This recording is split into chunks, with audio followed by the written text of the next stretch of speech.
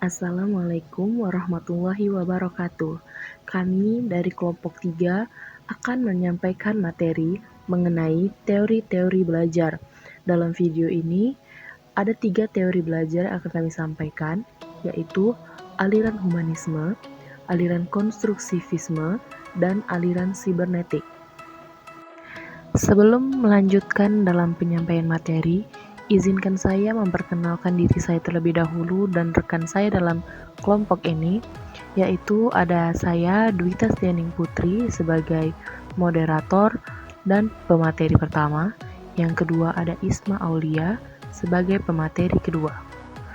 Submateri yang kami bawakan hari ini yaitu ada aliran humanisme yang mana memiliki sub-sub materi mengenai pengertian humanisme, tokoh-tokoh aliran humanisme, prinsip pendidikan humanistik, model pembelajaran, dan penerapan teori humanistik. Yang kedua, ada aliran konstruksivisme, yang mana memiliki sub-sub materi, yaitu pengertian, tokoh aliran, prinsip aliran, karakteristik pembelajaran, dan terakhir penerapan teori. Dan untuk submateri yang ketiga yaitu aliran sibernetik yang mana memiliki submateri, pengertian, tokoh aliran, dan penerapan teori. Langsung saja untuk masuk ke materi yang pertama yaitu aliran humanisme. Yang pertama ada pengertian. Teori humanistik adalah teori yang berasumsi bahwa teori belajar apapun baik dan dapat dimanfaatkan, asal tujuannya untuk memanusiakan manusia, yaitu pencapaian aktualisasi diri, pemahaman diri, serta realisasi diri yang orang belajar secara optimal. Hal mendasar dalam pendidikan humanistik adalah keinginan untuk mewujudkan lingkungan belajar yang menjadikan peserta didik terbebas dari kompetisi yang hebat, kedisiplinan yang tinggi, dan ketakutan gagal. Pembelajaran humanistik memandang siswa sebagai subjek yang bebas untuk menentukan arah hidupnya. Siswa diarahkan untuk dapat bertanggung jawab penuh atas hidupnya sendiri dan juga atas hidup orang lain. Pendidikan yang humanistik menekankan bahwa pendidikan pertama-tama dan yang utama adalah bagaimana menjalin komunikasi, relasi personal antara pribadi-pribadi dan antar pribadi, kelompok, di dalam komunikasi. Selanjutnya ada tokoh-tokoh aliran humanisme. Terdapat 2 tokoh pencetus teori humanisme, yaitu Abraham Harold Maslow dan Arthur Rackham. Teori Abraham Harold Maslow didasari dari hierarchy of needs atau hierarki kebutuhan yang memiliki tingkatan. Teori Arthur Rackham didasari dari sudut pandang atau persepsi manusia dalam menjalani sesuatu. Arthur Rackham adalah seorang pendidik atau psikolog yang memulai karir akademis sebagai profesor ilmu biologi dan psikolog sekolah di sekolah umum di Alliance. Arthur Rackham beranggapan bahwa guru tidak dapat memaksakan pembelajaran yang siswanya tidak suka dengan kehidupan mereka. Seorang siswa yang tidak pintar dalam pembelajaran sains bukan karena mereka bodoh, tetapi mereka memiliki sudut pandang bahwa mereka tidak memiliki alasan penting untuk mempelajarinya. Arthur mengatakan bahwa tingkah laku manusia dilihat dari sudut pandangnya. Hal ini berasal dari inner atau dalam yang membedakan seseorang dengan. Untuk yang selanjutnya yaitu ada prinsip-prinsip pendidikan humanistik. Di sini ada 5 prinsip dari pendidikan humanistik. Yang pertama, siswa harus dapat memilih apa yang mereka ingin pelajari. Guru humanistik percaya bahwa siswa akan termotivasi untuk mengkaji materi bahan ajar jika terkait dengan kehidupan dan keinginannya.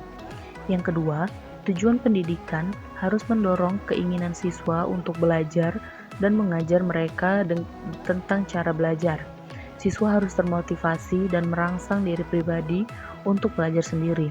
Yang ketiga, pendidikan humanistik percaya bahwa nilai tidak relevan dan hanya evaluasi belajar diri yang bermakna. Yang keempat, pendidik humanistik percaya bahwa baik perasaan maupun pengetahuan sangat penting dalam sebuah proses belajar dan tidak memisahkan domain kognitif dan afektif. Dan yang terakhir, pendidik humanistik menekankan pentingnya siswa terhindar dari tekanan lingkungan, sehingga mereka akan merasa aman untuk belajar. Dengan merasa aman, akan lebih mudah dan bermakna proses belajar yang dilalui. Selanjutnya ada model pembelajaran humanistik. Di sini ada 4 model pembelajaran humanistik. Yang pertama, humanizing of the classroom. Model ini bertumpu pada 3 hal, yakni menyadari diri sebagai suatu proses pertumbuhan yang sedang dan akan terus berubah, mengenali konsep dan identitas diri, dan menyatu padukan kesadaran hati dan pikiran. Yang kedua ada active learning, merupakan strategi pembelajaran yang lebih banyak melibatkan peserta didik dalam mengakses berbagai informasi dan pengetahuan untuk dibahas dan dikaji dalam proses pembelajaran di kelas, sehingga mereka mendapatkan berbagai pengalaman yang dapat meningkatkan kompetensinya. Selain itu, belajar aktif juga memungkinkan peserta didik dalam mengembangkan kemampuan analisis dan sinestetis serta mampu merumuskan nilai-nilai baru yang diambil dari hasil analisis mereka sendiri.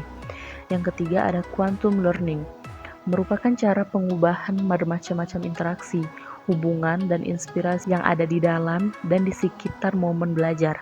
Dalam prakteknya, quantum learning mengasumsikan bahwa jika siswa mampu menggunakan potensi nalar dan emosinya secara baik, maka mereka akan mampu membuat loncatan prestasi yang tidak bisa terduga sebelumnya dengan hasil mendapatkan prestasi bagus. Dan yang terakhir ada the accelerated learning, merupakan pembelajaran yang berlangsung secara cepat, menyenangkan, dan memuaskan. Dalam model ini, guru diharapkan mampu mengelola kelas menggunakan pendekatan somatik, auditori, visual, dan intelektual.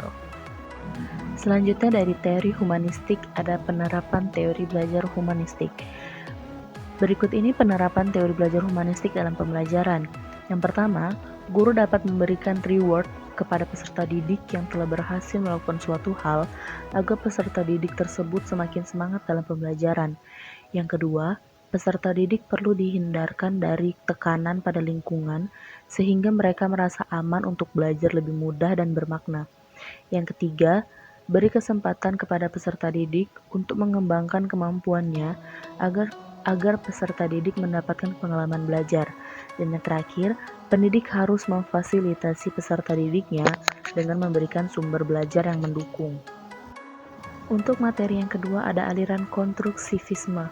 Pengertian dari teori konstruksivisme adalah sebuah teori yang memberikan kebebasan terhadap manusia yang ingin belajar atau mencari kebutuhannya dengan kemampuan menemukan keinginan atau kebutuhannya tersebut dengan bantuan fasilitas orang lain. Menurut sifatnya, konstruksivisme merupakan landasan berpikir pendekatan kontekstual, pengetahuan dibangun sedikit demi sedikit, hasilnya diperluas melalui konteks yang terbatas atau sempit dan tidak dengan tiba-tiba.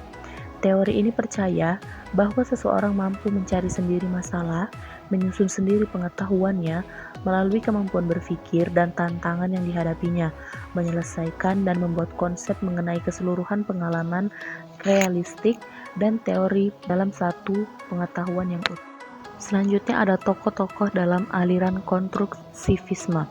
Yang pertama ada John Dewey. John Dewey mengatakan bahwa belajar bergantung pada pengalaman dan minat sendiri.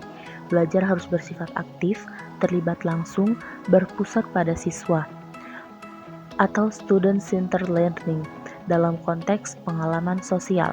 Yang kedua ada Jean Piaget. Jean Piaget mengatakan bahwa pengetahuan yang diperoleh merupakan hasil dari konstruksi pengetahuan awal yang telah dimiliki dengan pengetahuan baru diperolehnya dengan dua cara, yaitu asimilasi dan akomodasi. Asimilasi yaitu integrasi konsep yang merupakan tambahan atau penyempurnaan dari konsep awal yang dimiliki. Dan akomodasi yaitu terbentuknya konsep baru karena konsep awal tidak sesuai dengan pengalaman baru yang diperolehnya. Dan tokoh yang Lev Vygotsky. Ada dua konsep penting dalam teori Vygotsky, yaitu zone of proximal development, yaitu kemampuan pemecahan masalah di bawah bimbingan orang dewasa atau melalui kerjasama dengan teman sejawat yang lebih mampu. Dan yang kedua, scaffolding, yaitu pemberian sejumlah bantuan kepada seseorang selama tahap-tahap awal pembelajaran, kemudian mengurangi bantuan dan memberi kesempatan untuk mengambil alih langsung tanggung jawab yang semakin besar setelah ia dapat melakukannya. Terakhir, selanjutnya ada prinsip aliran konstruksivisme.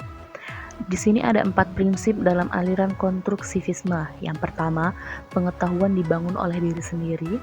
Yang kedua, pengetahuan tidak dapat dipindahkan dari pendidik ke siswa. Yang ketiga, siswa aktif mengkonstruksi secara terus-menerus sehingga selalu terjadi perubahan konsep ilmiah. Dan yang terakhir, pendidik sekedar membantu menyediakan sarana dan situasi agar proses konstruksi berjalan dengan lancar. Untuk materi selanjutnya akan dibacakan oleh rekan saya, Isma. Karakteristik pembelajaran konstruktivisme. Yang pertama, siswa tidak dipandang sebagai sesuatu yang pasif, melainkan memiliki tujuan. Yang kedua, belajar mempertimbangkan seoptimal mungkin proses keterlibatan siswa.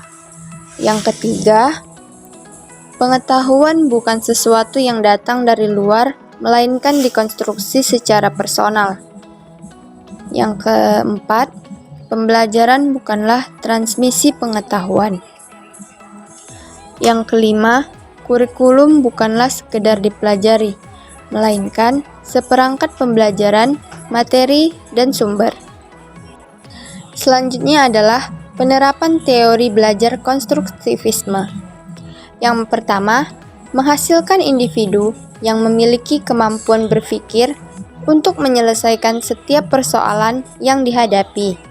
Yang kedua, kurikulum dirancang sedemikian rupa sehingga terjadi situasi yang memungkinkan pengetahuan dan keterampilan dapat dikonstruksi. Yang ketiga, siswa diharapkan selalu aktif dan dapat menemukan cara belajar yang sesuai bagi dirinya. Yang ketiga adalah teori belajar aliran sibernetik. Pengertian teori sibernetik. Menurut Uno, menjelaskan bahwa teori belajar sibernetik adalah yang paling baru dari semua teori belajar yang telah dikenal. Teori ini berkembang sejalan dengan perkembangan ilmu informasi. Menurut teori ini, belajar adalah pengolahan informasi. Teori ini memiliki kesamaan dengan teori kognitif yang mementingkan proses. Proses memang penting dalam teori sibernetik. Namun, yang lebih penting adalah sistem informasi yang diproses karena informasi akan menentukan proses. Yang kedua adalah tokoh-tokoh aliran sibernetik. Dalam implementasinya, teori belajar sibernetik dikembangkan oleh beberapa tokoh, di antaranya adalah Landa, Parks, and Scott. Yang pertama adalah Landa. Landa merupakan salah seorang psikologi yang beraliran sibernetik.